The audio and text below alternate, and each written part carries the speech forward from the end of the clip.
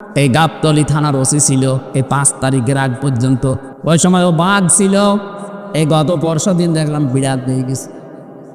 কি গো, আজে হুজুরের নাম শুনলে খেপে উঠতো, আর এখন থেকে এসে হাত চেপে ধরে বলছো হুজুর আমারে মাফ করে দিন। কি আপনি যে বাঘ বিড়াল হয়ে গেলেন কি করে? ওখানে মাহফিল ছিল আমারে তারেক জিয়া সাহেবের গ্রামে।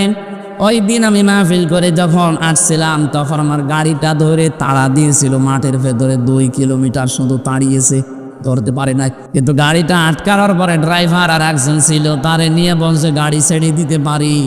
1,00,000-1.5 লাখ চেয়েছিল, পরে 1,13,000 টাকা দিয়ে গাড়িটা ছেড়ে দেওয়া। ওটা মৌলানা আব্দুল বাড়ির রশিদে আছে একজন ওই হুজুরের গাড়ি, আমারটা ওনারটা আরো একজনের, 3 জনের গাড়ি আটকিয়েছিল। এই দিন এসে এই সিরাজগঞ্জ গোল চত্বরে এসে দেখা করে বলছো হুজুর আমারে মাফ করে দিন। আমি মাফ করে দিতে পারি, আমার অসুবিধা নেই মাফ করতে, কিন্তু আগে টাকা ফেরত দে। হ্যাঁ, অসুবিধা নেই, আপনি টাকা ফেরত দেন, মাফ দিয়ে চলে যান। টাকা দেবেন না, শুধু মাফ করে দিন, আর কি বাড়া যাকে পার না।